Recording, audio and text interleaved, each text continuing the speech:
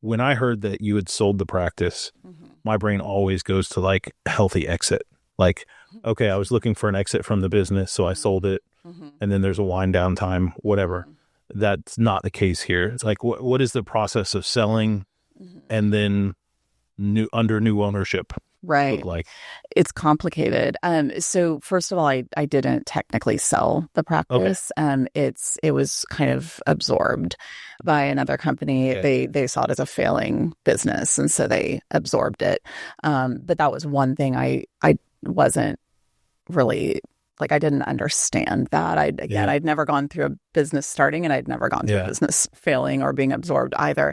So they kind of looked at it as coming in and rescuing me from the failing business and allowing me to just get back to practicing, which is, what I do best. And did they still give you ownership percentage? Did they just, okay, so they totally took over the business? Mm-hmm. Yes, totally took over. And it was a period, we had a transition period of about 3 to 6 months. Okay.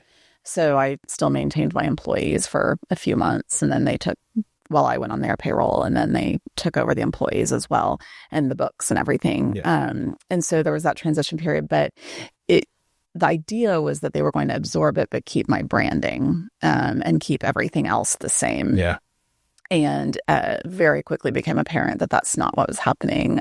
So I don't know how much you want me to get into that. You can get into whatever you want. Okay. I mean, so my first knowledge that this was happening was one day in the middle of a really busy patient day. And this was when it was still just myself and my 2 staff members. A muralist showed up to paint murals on the outside of the building. Subtle. Which I knew nothing. I did not know. We had discussed that happening, but I had not been shown, what it was going to look like or anything. And again, I had very, very specific branding for my business. And anyway, they put their logo on very large on the outside on either side of the building. And and I still owned the building at that point. And so, So they didn't even have the building owners? No. No. But anyway, so that happened. And so that was kind of my moment where I realized that it wasn't going the way I thought it was going to go.